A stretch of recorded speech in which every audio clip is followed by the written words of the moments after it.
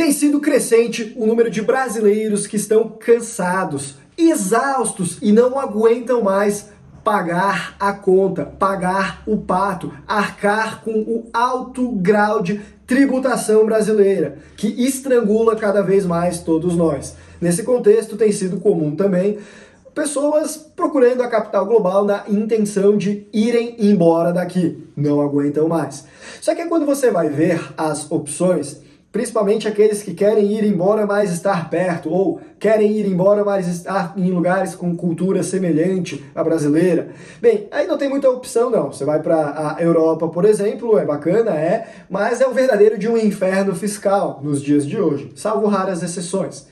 Vai para Portugal, acabou o RNH, o regime fiscal privilegiado. Outros países falantes de língua portuguesa, vai para a África, às vezes acaba trocando 6 por meia dúzia, ou pegando um país até mais subdesenvolvido do que o Brasil e que tem problemas talvez até piores do que os nossos. E aí as pessoas começam a olhar com mais atenção para os nossos vizinhos, para a América Latina, que surge como uma oportunidade interessante para você estar perto do Brasil, com uma cultura relativamente semelhante à brasileira, uma língua próxima, afinal, quem fala português fala portunhol e aprende espanhol com facilidade, e quem sabe pagando menos impostos e com uma melhor qualidade de vida. Então, quais são os países da América Latina que têm tudo isso a oferecer? É sobre isso que nós vamos falar no vídeo de hoje. Não vou falar de todos, mas de alguns deles. Se você gosta desse tipo de conteúdo, portanto, você está no canal da Capital Global, que é uma empresa especializada em assessorar você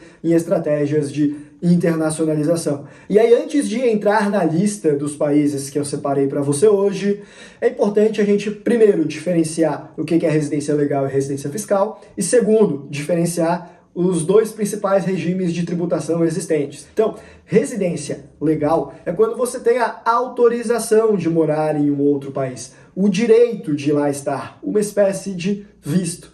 E residência fiscal, por sua vez, é quando você se torna um sujeito passivo de impostos naquele país, que via de regra ocorre depois de você permanecer mais do que 183 dias dentro do país. Cada um tem suas regras específicas, mas isso é uma regra geral que costuma ser observada para eles caracterizarem estrangeiros como pagadores de impostos no país em questão. Então esse conceito é importante, essa diferenciação.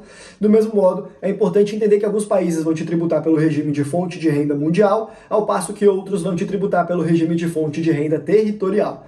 Fonte de renda mundial é que eles estão interessados em cobrar imposto de você, se você morar no país, sobre o que você ganha no mundo inteiro, ao passo que fonte de renda territorial é que eles vão cobrar impostos de você tão somente pelo dinheiro que você ganha da fronteira do país para dentro. Então, no Brasil é fonte de renda mundial, mas nem todos os nossos vizinhos são assim. Então, quais são as melhores alternativas na América Latina para você que cansou de pagar a conta no Brasil? Na primeira posição, eu coloco o Uruguai. O Uruguai se mostra como um país interessante porque, em primeiro lugar, por lá você tem o regime de fonte de renda territorial, ou seja, eles só vão estar interessados em tributar você pelo dinheiro que você ganha da fronteira para dentro. Além disso, você possui fronteira terrestre com o Brasil, é relativamente fácil você fazer o trâmite para conseguir a autorização para a residência, você consegue ter uma boa qualidade de vida, você está próximo do Brasil, e aí se você quiser, depois de um tempo, pleitear para se nacionalizar uruguaio, caso você seja casado, é só 3 anos, e caso você seja solteiro, são 5 anos, um tempo relativamente mais simples, menor do que outros países da América Latina. E você se torna residente fiscal depois de 183 dias, aí passa a ter que pagar imposto lá, mas como eu falei, sobre sua fonte de renda estrangeira, o imposto é zero. Então se você morar lá e viver de renda do patrimônio que você gerou e guarda nos Estados Unidos, por exemplo, aí você não vai precisar pagar imposto lá. E aí você consegue ter um melhor dos mundos morando próximo do Brasil. A propósito, se você se interessou no Uruguai, você não pode deixar de conferir o Capital Global Report, o nosso serviço por assinatura com conteúdos exclusivos que auxiliam você em estratégias de internacionalização. Eu digo isso porque, por lá, você encontrará um material que versa sobre investimento no Uruguai, imobiliário. Quais são os melhores bairros, o que faz sentido, o que não faz sentido, qual que é a expectativa de retorno. Todas essas informações estão concentradas no relatório, que é fruto de um trabalho de horas que nós dedicamos para colher essas informações e poder oferecer para vocês. Lá, exclusivo no Capital Global Report. Então, se você tem interesse, não deixe de assinar. O link vai estar no primeiro comentário e também no QR Code aqui da tela. Pode pegar o celular e fazer, que aí você já chega direto lá na página. Na segunda posição da minha lista, eu coloquei o Paraguai. O Paraguai é um país interessante para você se atentar, porque por lá também tem o regime de fonte de renda territorial, então eles só vão estar interessados em tributar você pelo dinheiro que você ganha dentro do país, mas mesmo sobre esse dinheiro, o imposto lá é baixo, é 10%, e dá para fazer diversas deduções na pessoa física. Na prática, é bem provável que você pague muito menos do que isso, talvez nem pague impostos. Além disso, o custo de vida do Paraguai é bem mais barato do que o do Uruguai, por exemplo. A fronteira terrestre com o Brasil facilita. Se você mora perto da fronteira, ali em Cidade do Oeste, pega o voo em Foz do Iguaçu doméstico, já dá para ir para o Brasil inteiro. Então, para quem está interessado em estar próximo é interessante. E mesmo quem está em Assunção de carro, em 3 horinhas e meia, 4 horas, você já está em Cidade do Oeste, é perto, dá para fazer essa viagem. É um país que está em pleno desenvolvimento. Eu estive lá alguns dias, passei uma semana e toda vez que eu vou eu fico impressionado com o crescimento que o país tem observado. Diversos estrangeiros também têm se interessado em migrar para o país. Para você conseguir a autorização de residência legal é simples. A residência fiscal também é simples, não precisa ficar tempo nenhum lá, é só fazer o RUC, Registro Único del Contribuinte, que é o CPF deles, e aí eles já vão começar a te tratar como residente, ou, caso você não faça, depois de 120 dias de permanência, também acaba adquirindo a residência fiscal. Quer dizer, é um país que realmente tem chamado cada vez mais a atenção dos brasileiros, é uma opção boa. Como o lado ruim tem-se que não tem tanta infraestrutura, tem uma estrada boa, mas nas cidades ainda não tem ali muito o que fazer também. Ainda tem vários problemas típicos da América Latina, mas de todo modo, assim como o Uruguai, o Paraguai é um país mais seguro do que o Brasil, e sim, pode ser interessante, é um país que já está no meu radar. Aí na terceira posição da nossa lista, eu coloquei o México, porque é um país que me parece muito interessante o que ele tem a te proporcionar. Além da proximidade com os Estados Unidos, um país tem uma extensão territorial bacana, tem boas praias, tem a parte com as grandes cidades também, Cidade do México, uma cultura interessante, um custo de vida razoável.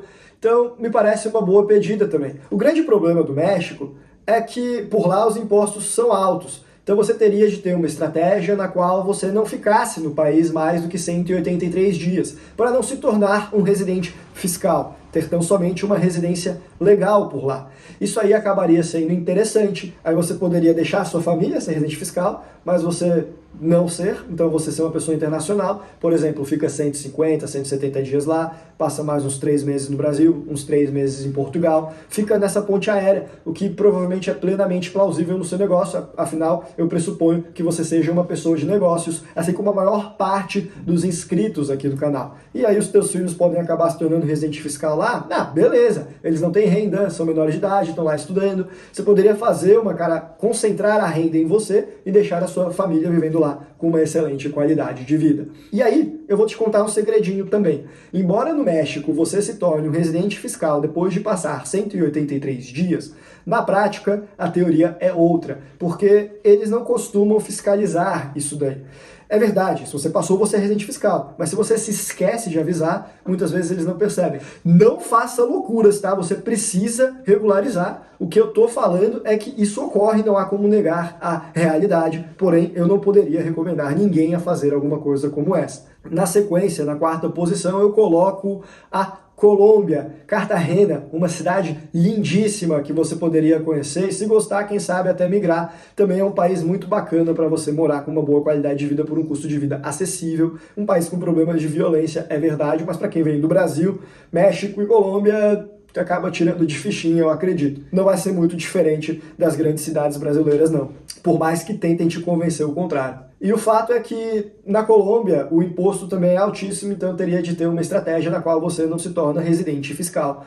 Ou o principal patrono da família, aquele que traz a renda mensal, não se torne residente fiscal, caso essa pessoa não seja você. É plenamente possível, mas há algumas adaptações que são necessárias e há necessidade de observar o quesito tempo, porque ainda que eles não tenham uma fiscalização assídua para ver se os estrangeiros que lá estão se tornaram residentes fiscais no país ou não, você, é claro, precisa seguir com a legislação de qualquer maneira. Não dá para ficar na irregularidade. Aí na quinta posição eu coloco o Panamá. O Panamá é um país que tem fonte de renda territorial, ou seja, se você tem uma empresa lá, só paga imposto sobre a sua fonte de renda panamenha. O dinheiro que você ganha fora, eles também não estão interessados em tributar, não. Então é um país que acaba fazendo bastante sentido para você fixar a sua residência. Eu tenho minhas reticências com o Panamá, principalmente para estratégias de abertura de empresas offshore para fins de investimentos.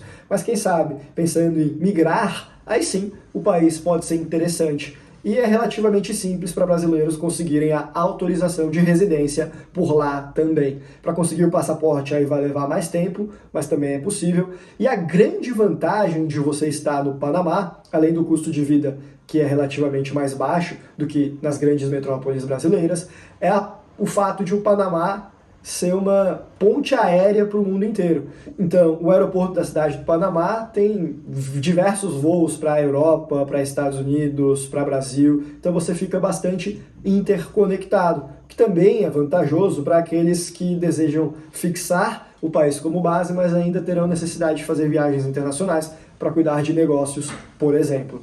E aí, na última posição da lista, aí até mais para os aventureiros, eu não acho que de fato você vai encontrar uma boa qualidade de vida no país que eu vou citar agora, mas que sim, ele pode ser interessante, principalmente se você está se mudando porque cansou de pagar imposto, é El Salvador. E em El Salvador, o imposto também é alto. Então por que ele está na lista?